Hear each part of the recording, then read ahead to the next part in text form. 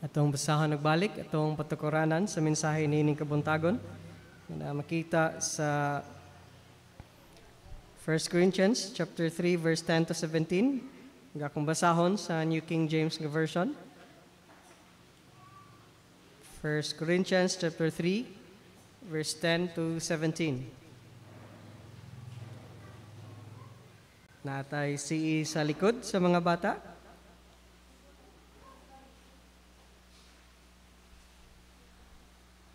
According to the grace of God, which was given to me as a wise master builder, I have laid the foundation, and another builds on it. But let each one take heed how he builds on it. For no other foundation can anyone lay than that which is laid, which is Jesus Christ.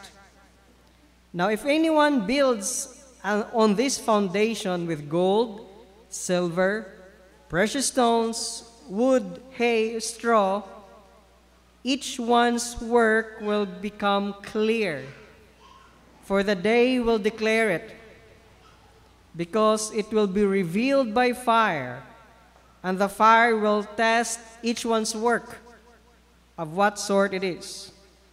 If anyone's work which he has built on it endures, he will receive a reward. If anyone's work is burned, he will suffer loss, but he himself will be saved, yet so as through fire. Do you not know that you are the temple of God, and that the Spirit of God dwells in you? If anyone defiles the temple of God, God will destroy him. For the temple of God is holy, which temple you are. May the Lord bless the reading of His Word. Let us ask God for wisdom. Father, we thank you so much nining kabuntagon karon. Din kami nagtigom aron sa pagpasidungog kanimo, paghimaya kanimo, pagsimba kanimo, O Dios. Takos ka sa tanang pagdaig, takos ka sa tanang pagpasidungog, ug aniya kami aron sa pag-alagad kanimo, ug kami nang hinaot Ginoo. Ikaw unta mahimaya sa among tiliwala, imong ngalan mapasidunggan, ikaw matuboy, O Dios. Samtang kami magatuon sa imong pulong, hinaot ikaw magatabang sa matag sa kanamo. Pinaagi sa imong bula ang Espiritu Santo, aron among masabtan ang imong mga pulong sa yano lamang nga paagi. O Dios, kami usab nagampo, ikaw unta padayon magahatag kanamo lahutay sa pagkat-on sa imong pulong, dugang gyud tinguha Ginoo sa pagpangita nini pagtuon nini. Tabangi usab kami katakos nga amo usab kini matudlo ngadto sa uban. Padayon ikaw mahimaya sa among taliwala. And be our teacher today. In Jesus' name we pray. Amen. Now, padayon tas atong pagtuon nining atong gisugdan last Sunday.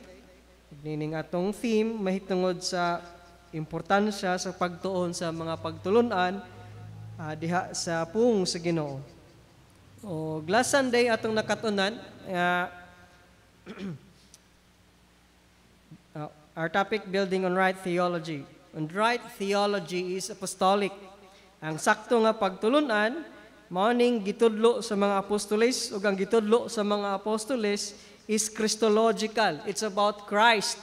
Ang gitudlo sa mga apostoles nga saktong pagtulunan mao ang mahitungod ni Ginoong sa Kristo.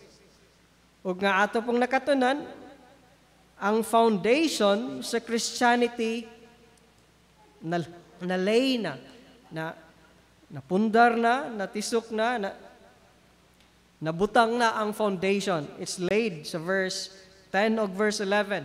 Og sa Corinto, si Paul ang nagbutang ang foundation sa mga apostoles, mao maning si Ginoong sa Kristo, pagtulunan mahitungod ni Ginoong sa Kristo. Og busa kay nabutang naman, it's laid already.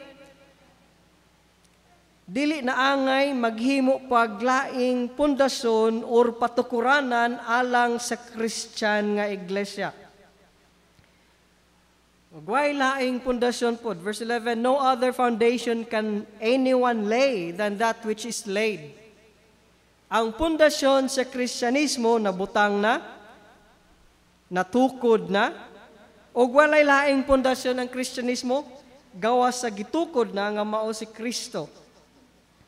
See? Dili na taangay magtukod paglaing pundasyon. Ang buhato nato, tiwason ang building, ibabaw ni ini nga pundasyon. Pero si Kristo, ang pagtulunan mahitungod ni Kristo, mooy pundasyon. Mooy cornerstone, mooy reference point, mooy basihanan.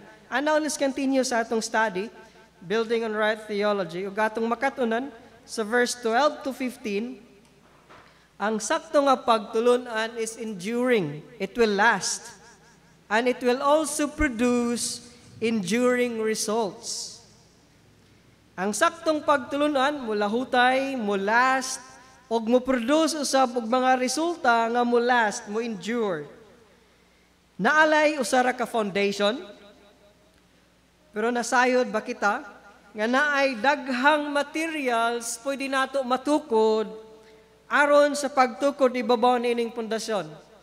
Si Apostle Paul niini naggamit og metaphor like a building. Magtukod og usa ka balay baka or templo. Natukod lang pundasyon, di na angay maghimog laing pundasyon. Ang tukuron lang ang building ibabaw niining pundasyon. Ug daghang materials pwede nato magamit. Naay nagkalain-laing materialis nga pwede gamiton para matukod ang building nga atong i-present sa Ginoo. Now, verse 12, let's just read verse 12. Now, if anyone builds on this foundation, you see, foundation is already laid. Now, magtukod ta, ibabaw nining pundasyon. Siya ang patukuranan, pagtulunan mahitungod ni Kristo ang patukuranan. Karon, para mas makita ang kanindot, tiwason natong building, og naay nagkalain-laing materials nga pwede gamiton available sa tanang Kristohanon. Gold, silver, precious stones, wood, hay, and straw. Now, precious stones here, mga scholars nag-agree, it could be granite, it could be marble. Mga precious stones, it doesn't refer to jewelry, tungod kay ang context din construction man. So these precious stones, mo ka ng mga ligon nga bato, nga mulungtad, for building, for construction. And then, napoy mga kahoy, napoy bato, napoy hay. Hay, isagol man sa mud para maghimog bricks, muna sa una. Then straw or stubble, kasagaran mo na iatop nila sa una. Murag kugon or unsa na siyang straw. Murag sama niya ng kugon. Now here, and remember, we are talking, these are all Christians. See, kaysa sunod nga mga verses, all are saved. Bisag unsa ang imong gamiton nga materials, luwas tanan. But here na nagkalain-laing materials. And I think, it's an admission nga mo nang nakita na sa ginodaan na ay magkalain-lain o nagkalain-laing iglesia nga matukod. The same foundation, but naay mga Kristohanon nga mga gold, naay mga Kristohanon nga mga straw, nga hay lang, naay mga churches nga silver churches, gold churches, and we're talking about quality. Kalidad sa usa ka iglesia nga natukod o kalidad sa usa ka Kristohanon nga kinabuhi. I think this is an admission. While these are all Christians, nagkalain-lain ang degree sa quality nga gitukod because they have the same foundation. And sa kang Dr. Isidro pa, irreducible minimum. Naay irreducible minimum para matawag og Kristohanon. Ning tulo ka irreducible minimum, giterm ni Dr. Isidro, di na gyud maubos pa nga requirement para sa Kristohanon. The deity of the Lord Jesus Christ, salvation by grace through faith, and then the authority, the divine authority of the Scriptures. Kaning tulo mo, ning gitawag Dr. Isidro, irreducible minimum. So, pwede na Christian Now, magkalain-lain na lag degree, mo na foundation, nagkalain-lain na lag degree, sa gibuild up o niya nga building or life, not the physical building, kundi the teaching nga gitudlo, pagtulunan nga gitudlo, kinabuhi nga gikinabuhi, nagkalain-lain quality, but everyone is a Christian because the foundation is the belief on Christ. Now, tanan mga Kristohanon, nagkalain-lain lag materials gigamit pagtiwas og build sa ilang building para sa Ginoo. And also, morning nagkalain-lain daghang denominations, na differences, na uban kanigi major, nya para sa uban minor man na. It could be gold, it could be hay, it could be straw. And I hope kita nga iglesia magpadayon og tuon gold teaching gamit lag materialis magtudlog pagtulunan nga mo endure. You see, makita nato nga naay mga materialis dinhi nga mulungtad dili masunog, pero naapoy materialis nga gamit gahapon sa construction pero masunog. Mo nang naay nagkalain-laing Christians. Kay lain-lain man ilang priority, but do you realize tanang Kristohanon available kining materials?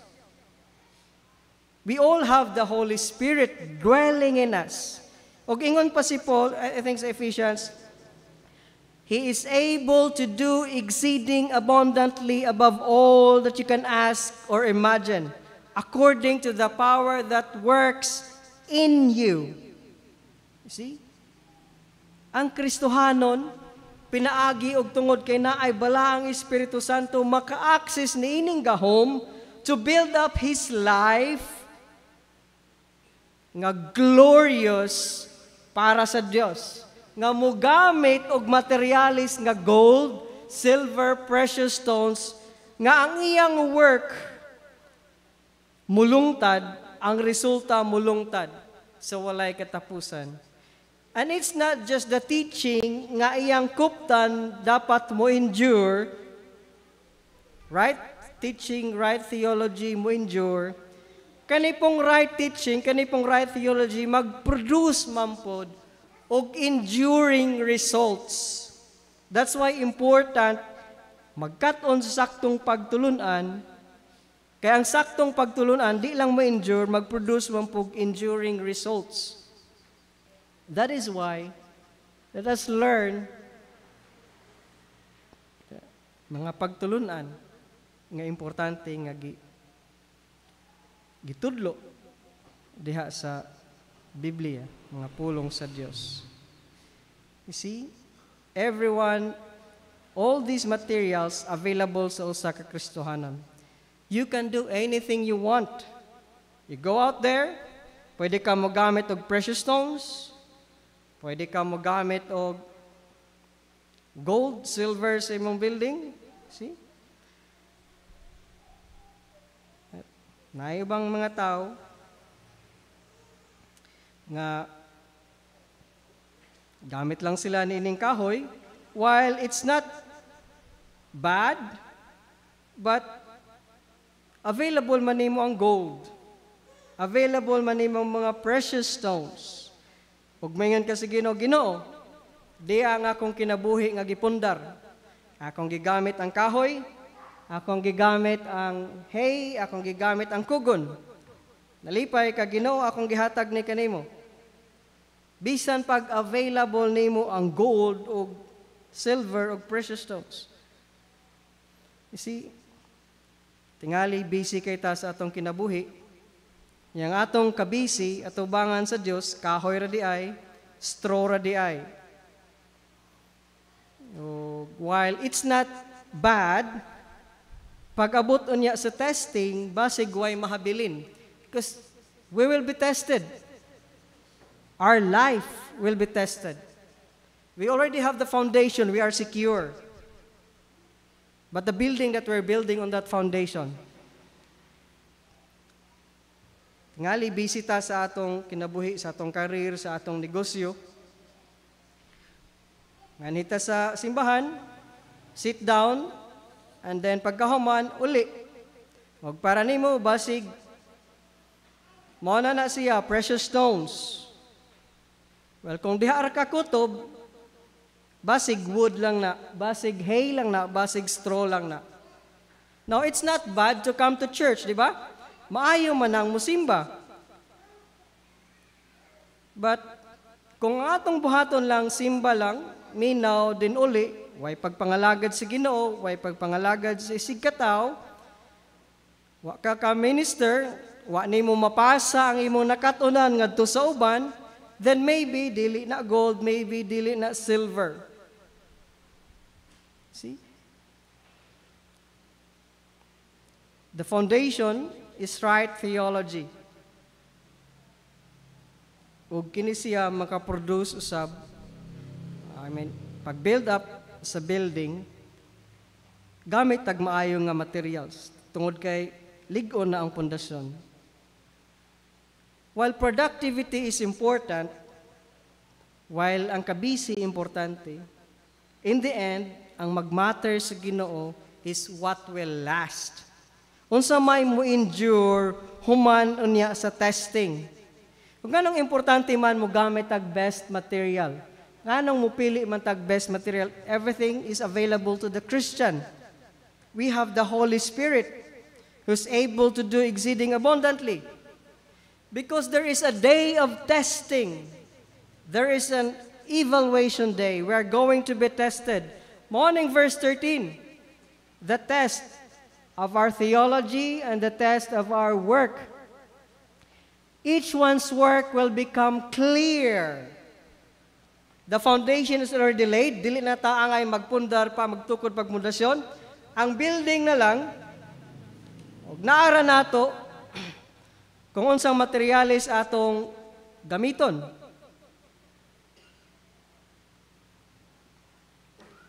Should we give our life niya ng best material for God or kana lang acceptable?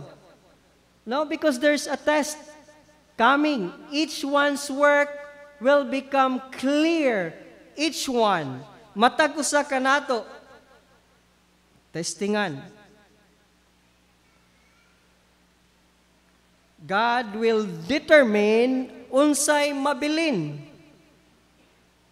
Ug unsay mabilin, maoy iyang awardan. For the day will declare it, because it will be revealed by fire, and the fire will test each one's work of what sort it is. You see? Naay tulok ka words dinhi. Let's maghisgot sa tama hitungod sa testing. Naay tulok ka words diri nag-describe niining evaluation. First, kaning word nga become clear or manifest. This means to open, visible, clear, plain, known for public notice. Our work one day will be known publicly. And then second, declare, for the day will declare it. The day, mo deklara niya sa atong work, mahimo ng clear, the word declare, makita, nining nga context, it will show its inner worth. Ipaklaro, i-bring to light, to make known ang worth sa atong work, ang value sa atong work. Ug kaning duha ka verb diri, become clear ug declare, puro ni future tense. Sa future pa ni mahitabo, ug mahitabo ni niining the day. Ang testing, kani nga testing, mahitabo niining the day. O nag-refer na sa pagbalik ni Ginoong sa Kristo, diin mo follow pod ang awarding ceremony. Inigbalik ni Kristo, awardan niya ang iyang ang tanan niyang mga magtutuo. Dili lang ang magbubuhat, all believers are servants. O ang servants nga faithful, I-test sa Ginoo ang ilang work o kung unsay ma-remain mo ay awardan. You see sa Revelations 22, this is John the Beloved writing this, later revealed. Wala. But if you have your Revelations 22:12, and behold, I am coming quickly, and my reward is with me, to give to everyone according to his work. You see? To give to everyone according to his work. Inigbalik ni Ginoo, I come quickly, and my reward is with me. Inigbalik sa Ginoo, nagdala siya reward. Og ang matag usa, iyang tagaag reward according to his work. Make sure ang atong building nga gibuild mo endure niini nga testing. That is why give your best and use the best materials for God aron mag-produce og lasting results. Matag usa shall have praise. Tingali na tay gamay nga precious stone, tingali na mabilin tang gamay nga gold. Pagkahuman sa test, pagkahuman og timbang sa Ginoo, human matestingan, then God will say, here's your reward. You're faithful ni anang gamay, tagaan takag award. Or if you're faithful ni anang dako, tagaan takag reward. You will have your praise. O mahitabo na inigbalik niya dinhi. And it's not penalty. It is reward. So you see, morning idea dinhi, gihatag ni Paul. Use the best materials. Give your life ni anang pagtulunan og ni anang endeavor nga mag-produce og lasting results. Because every one of us will be tested. Whatever's left, because we will be tested by fire. The fire will test each one's work. Whatever is left, mo na'y basihan sa Diyos para sa award. Now the third word, this one, the third word is revealed. And this is present tense. O ang mo reveal niini is fire also. Present tense, but pasabot, even while in the present time, i-reveal ang atong work, pinaagi sa fire. Na mga testing, na mga trials, in the present time, nga mo'y mag-reveal sa value sa atong work, sa quality sa atong work. And then naagi hapoy testing in the end, nga fire. The first two verbs become clear o declare, that's inigabot balik sa Ginoo. Pero kay future tense. But this revealed here, the third verb there is present tense in present time. While we are walking with the Lord, padayon pud siya o padayag kanato pinaagi sa fire sa quality sa atong life, sa quality sa atong work nga atong gibuild, ibabaw ni ining nga foundation. But in the end, naay last nga fire nga mo test. Ug kani nga fire is not for punishment. Si kani manggod nga verse usahay gigamit sa Catholic for purgatory. But this fire is not for punishment. This fire is testing the quality of our work. To test each one's work of what sort it is. It's not punishing you kay naa kay unconfessed sin. Mo man ay teaching sa purgatory, naman kay wa makumpisal, magkuano na ka, magantos na ka hangtod mahimo kang fit for heaven. Mahimo kang fit for heaven kung mga buhi mag-offer halad para nimo, magampo para nimo. But this is not purgatory because the fire is not for punishing you. This is for testing the quality of your work. And take note, it's not the volume of your work, it's not how much you work, but the quality of your work. The fire will test each one's work what sort it is. It's not about rank in the church. Dili ka unsa ka popular, dili unsa ka daghan nga imong gihimo para sa Ginoo, kundi unsa may kwalidad sa imong trabaho.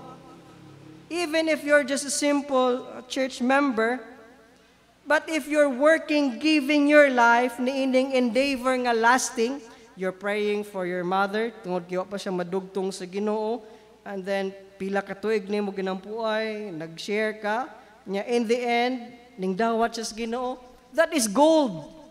That is gold because that's eternal result. And then kung naay banggiitan da simbahan nga pastor unya, ang iyang pagtudlo sa membro iya ranggi taken for granted or say term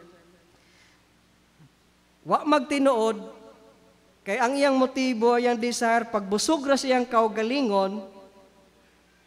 Maybe that's not gold, and I'm sure it's not gold. It could be wood, it could be hay. Nagamit man pod gihapon siya sa Ginoo, pero gauna niya iyang kaugalingon, ang kadtong member nga dili official, nga ang iyang pamilya na dalas Ginoo, na ay gold nga nabilin. You see, quality of your work, what sort it is. It's not how much, it's not the volume of your work, it's not how busy you are para sa Ginoo. Giyon sa man imo pagpundar ang imong kinabuhi. Parihatag pundasyon, parihatag available quality. We have the same Holy Spirit. Now, there will be a day coming, testing. And this testing is not for punishment, but for rewarding. God will use fire, it's still figurative. Kung unsay unsay mabilin, nga gold, enduring, it means mga pagtulunan usab nga mo endure, mo nang give your life to this teaching nga mo endure, and then this teaching nga mo endure, mag-produce man pod og enduring results. There will be testing. There will be testing. Not how much, simply how you build. Mo nang ningon siya sa verse 10, take heed. Let each one take care how you build. Dili how much you build. Read verse 10. Ningon si Paul, let each one take care how he builds. What means si Paul, let each one take care how much he builds. No, just how he builds.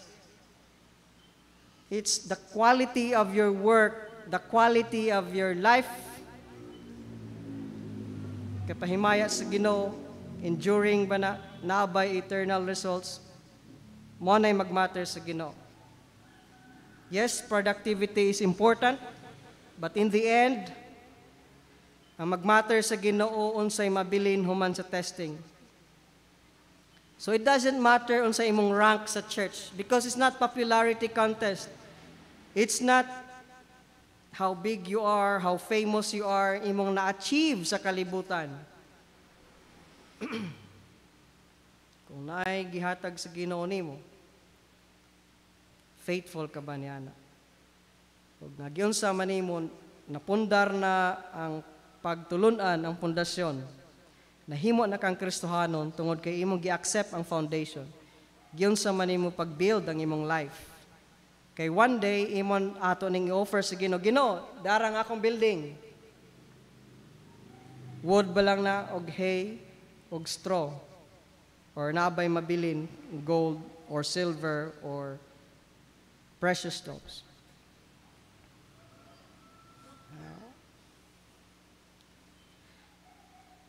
Because there's reward for enduring work. There will be testing. After the testing, there's reward.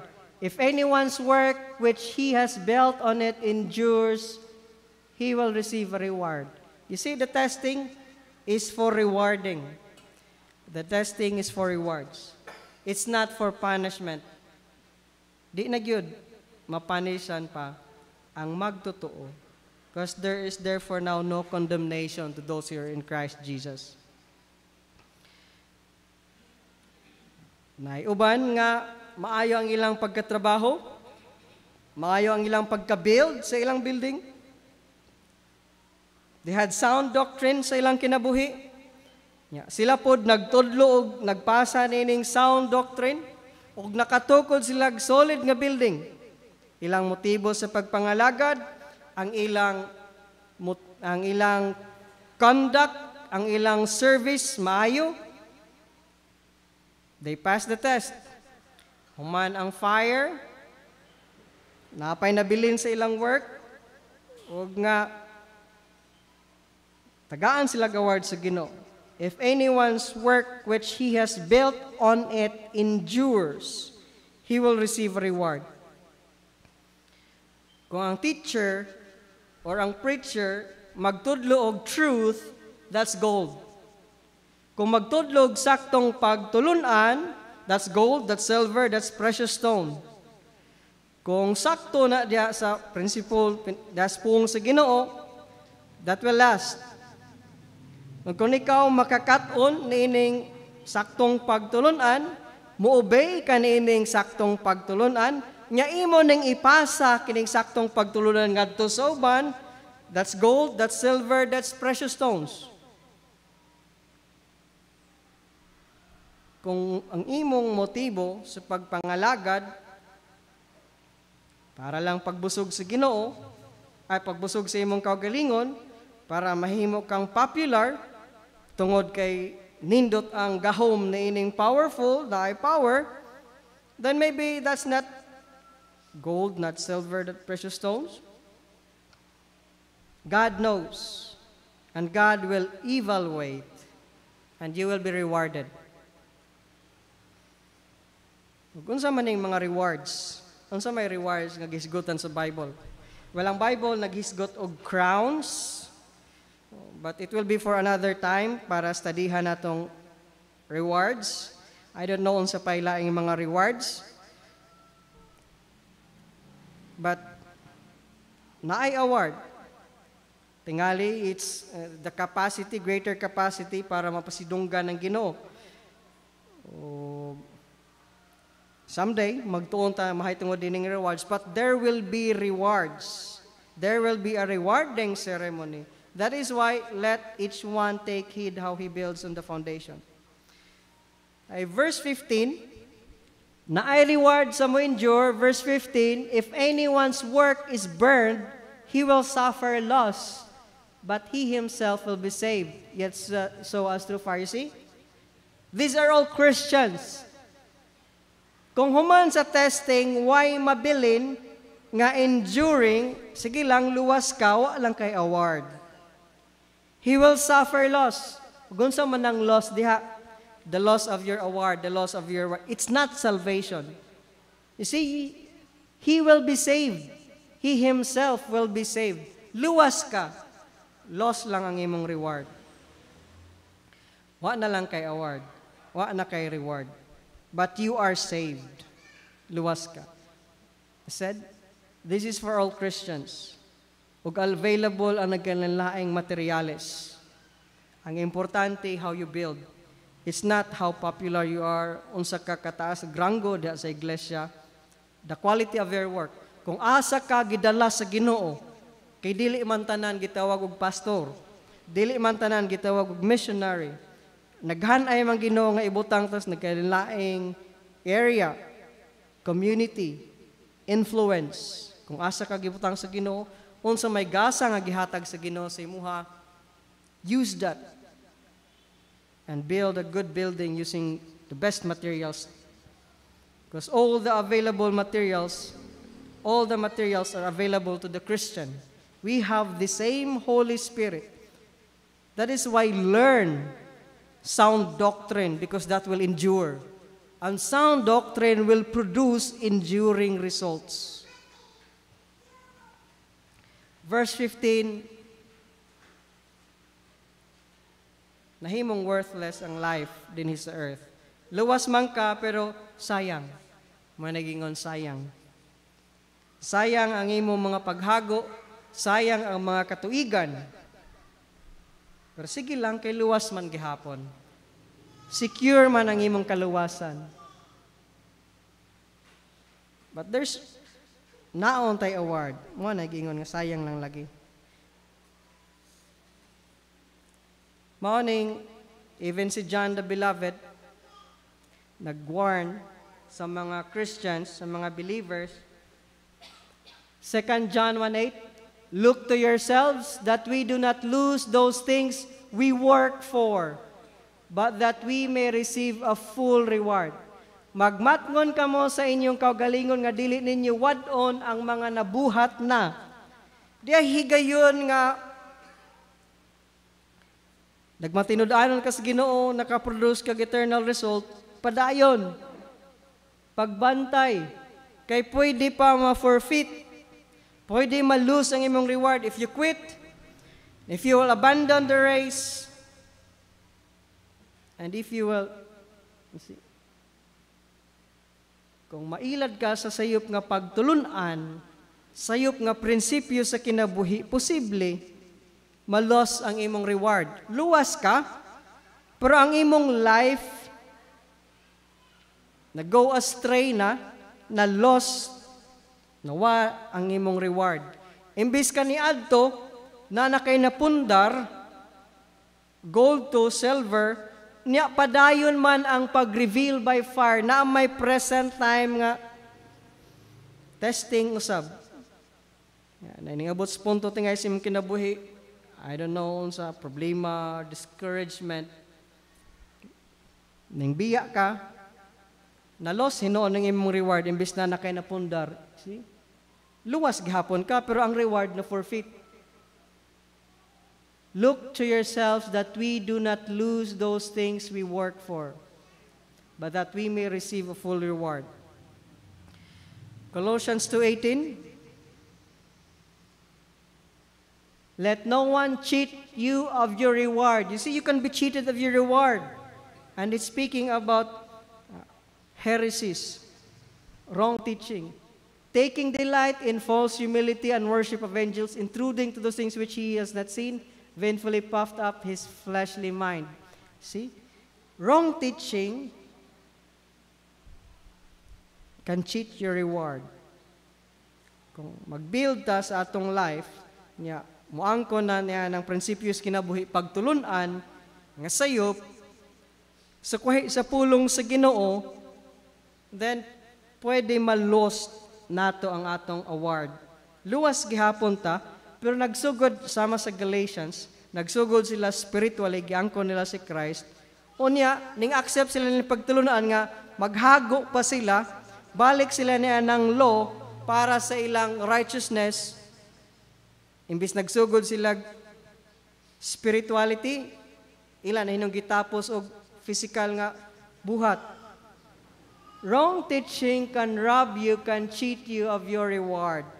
Maning importante magkat-on og sakto nga pagtulunan ug magpundar sa atong kinabuhi niya ng saktong pagtulunan. Kay di lang na enduring, mag-produce pud nag-enduring results. You can lose your reward if what you've done is worthless. If what you believe and accepted na teaching is daily enduring.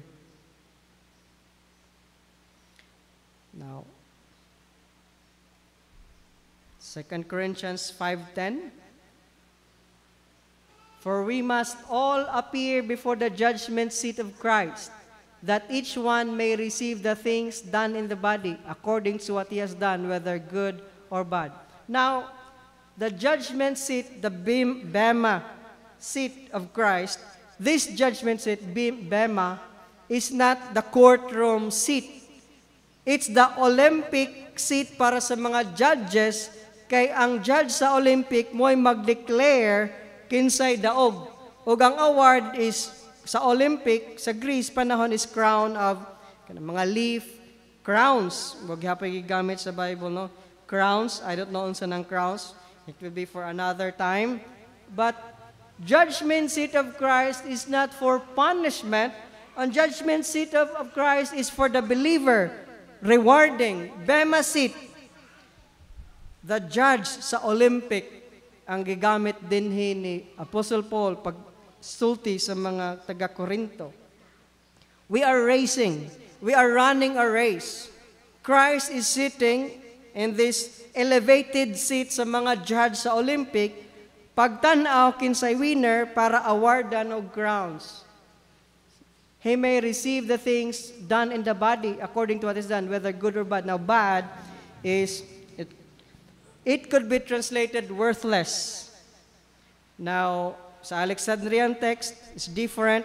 Sa Textus Receptus, it's also different word. But the word bad there can also be translated worthless. We will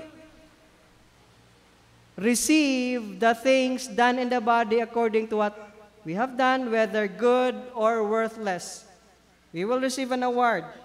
Kung ang atong paggamit sa atong lawas, gigamit ba nato para sa maayo or para niya ng worthless things? That is why, give time, give priority to things na mag-endure. And then, take heed sa quality sa work sa atong life. Because there will be a testing. There's a day coming. Tingali natay daghang mga butang mahimo nga maayo. But, unsa may purpose sa Ginoo sa atong kinabuhi, unsa may gift nga gihatag sa Ginoo sa kinabuhi, mo nay atong buhaton. Mo nay atong ihatag sa Ginoo. Di nato ihurot ng atong time sa time nga gusto lang nato, nga wood, hay, and straw lang. Let's give time, building our life, silver, gold, precious stones. Now, let's be clear, o ato laning bantayan, ang scripture nagtudlo og nagpromise eternal rewards for work in this life nga mo survive sa moabot nga test. Pag-test sa atong motives, pag-test sa atong methods. Maning gitudlo ni Paul dinhi sa Corinto. Lain-lain man ang atong awards, according sa atong gitrabaho, this is not salvation according to works, not salvation by works. This is rewards according to works. Tanang mga Kristohanon moadto sa langit, but not every Christian pareha og reward sa langit.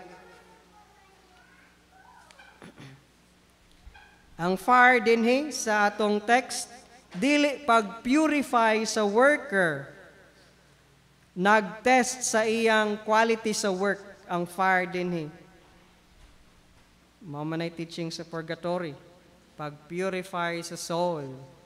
No. Pag-test sa workmanship, dili pag-purify.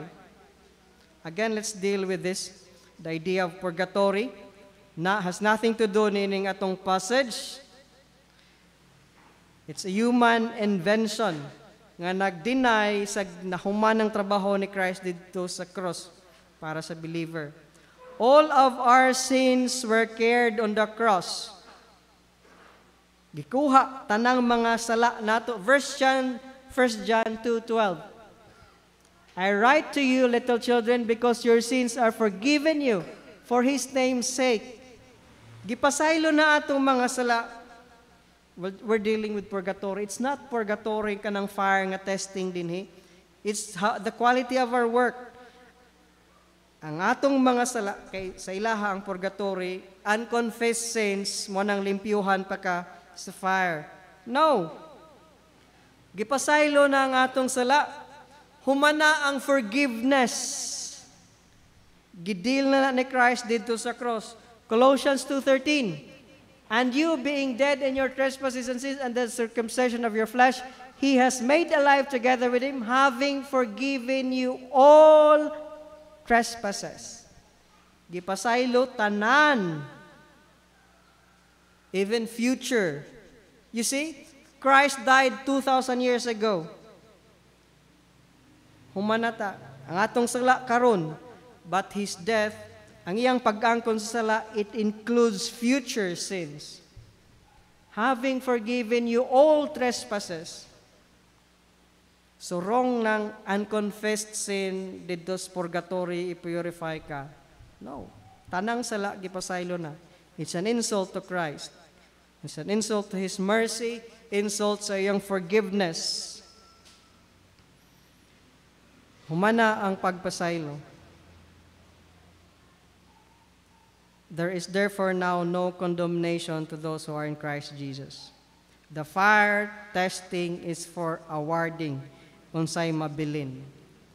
Now, mo nang importanteng magtuon saktong pagtulunan tungod kay mao man ang gold, silver, and precious stones.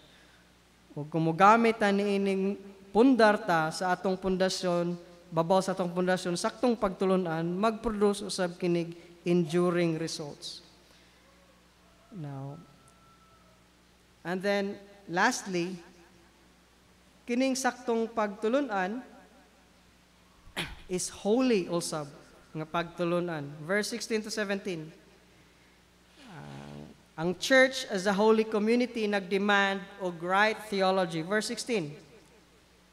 Do you not know that you are the temple of God and that the Spirit of God dwells in you? We are the temple. And then as a group, corporate group, we are also God's temple. Individually, the believer is also the temple of God. You are the temple of God, and that the Spirit of God dwells in you. Now, the reason nga holy na ang believer, o holy ang group of believers, because of this Holy Spirit residing, dwelling in us, and even as a group. The Holy Spirit indwells the church. It's present tense. Dwells in you, present tense. Nagpadayon, progressing. It's continuing. Walay hunong nga pagdwell sa believer o sa church. Holy Spirit. That's why you are holy. And that's why it demands holy nga pagtulunan. Dili nato sa gulan natong kinabuhi na ng pagtulunan, prinsipyos kinabuhi nga dili holy, dili balaan, tungod kay we are holy. The Holy Spirit is in us, dwelling in us, as an individual believer and as corporate believers. It demands holy teaching, holy theology. Not human invention, not human principles, not human traditions, but holy theology. Okay, ning theology nga holy, morning, revealed theology, gikan sa mga apostoles nga gikan sa Dios. Thus, if the church is a holy place, then ang atong itudlo nga pagtulunan should be holy. Ang pagtulunan nga itudlo sa pastor, panahon sa CE, dapat holy, kay deserving kining community og holy nga pagtulunan, sakto nga theology. Verse 17, wrong theology is contrary to the church. If anyone defiles the temple of God, God will destroy him, for the temple of God is holy, which temple you are. God's temple is holy. You are the temple of God. You are holy. Don't destroy it. Don't accept teaching nga dili biblical. Don't use principles sa imong kinabuhi nga dili biblical.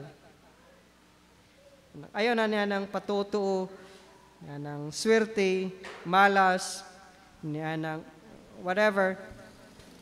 Holy teaching, only biblical, apostolic teaching. And then our works should also be holy because we are holy. Ang effect sa wrong theology defiles the holy community. Or another word for that is corrupt. Wrong teaching makakorrupt sa individual o sa community of believers. Mo nang magbantay ta sa sayop nga pagtulunan. Kay mo ni mo corrupt. It will corrupt the personality, then it will corrupt corporately. God will destroy the preacher who destroys the church. Whether sa iyang teaching, nag-corrupt sa church, or whether sa iyang lifestyle or principles sa life, gi-corrupt ang church, God will destroy him. See? The church is God's temple, and it's holy to God. And those who destroy God's temple, who will corrupt God's temple, God will destroy him. Make sure, if you claim to be a believer, don't destroy the testimony of the temple, because God will destroy you. We have a testimony. And then, God will take care sa testimony sa iyang temple. Individually, we are the temple of God. Corporately, God also dwells, because the you here is corporate. Kamo daghan, kamo tanan. It's not just ikaw usa, you, but corporate. Don't destroy the testimony of the community of believers. Take heed sa imong life, because God will destroy you. God wants a pure church. Anybody who comes against His church to defile it, to corrupt it, God will destroy him. Na yung mga tao, delikadong mga church leaders nga nag-corrupt sa mga tao, kay sila una ang silutan sa Ginoo, silutan sa Dios. Kay ang Ginoo nahigugma gyud sa iyang templo, o kita templo sa Dios, individually and as a body of believer, we are God's temple. That's why live holy lives, build up your life using the best materials available to you, and all these best materials are available to everybody. Give your life ni anang enduring work nga mo last for eternity, ug ni anang teaching nga mo last for eternity. To close, na ay rewarding ceremony. It will happen quick, it will come quickly. Kumusta man ka ang atong kinabuhi nagabot ni ana? I trust nga you will have your crowns. So si Paul dinhi, to summarize, nagingon, make sure sakto ang imong foundation. Ang foundation nga imong gihuptan insakto. Ug si Christ lang ang sakto nga foundation. Siya lang ang makakarry sa imong life hangtod sa eternity. Ikaduha, be careful how you build on that foundation. Make sure nga ang nag-build ka sa paagi, ang imong mga paghago mo endure alang sa kahimayaan sa Ginoo. Then finally, beware of destroying the building, because those who destroy God's temple, God Himself will destroy. O kung wala pamanta ka ila sa Ginoo, madugtong sa Ginoo, ilha ang Ginoo, si Kristo, manuluwas sa imong kinabuhi. Make Him your foundation first, and then you can start building your building for God. Let's pray. Father, thank you so much. Ikaw, Ginoo, nagtabang ka namo, maghatag available materials, pareha matag-usa. Salamat niya ng mga awards nga imong giandam mo, Dios. Ginoo, tabangin matag-usa ka namo, malahutay sa pagpangalagad kanimo. Luyo pa man sa kalisod, sa kahago, sa challenges, Lord God. Salamat nga naing balang Espiritu Santong magtabang ka namo, aron Ginoo, mahatag namo ang tanan sa best para kanimo, aron makareceive kami awards sa unahan. Help us, Father, to be faithful sa tanang kaakuhan nga imong gihatag nga rin ka namo. Help us, Lord God, to give our best to you, because you deserve the best. Thank you sa imong dako nga grace. Help us also to bring more souls, to educate one another, to build up one another in the faith. Help us to be a real blessing to everybody around us. In Jesus' name we pray. Amen.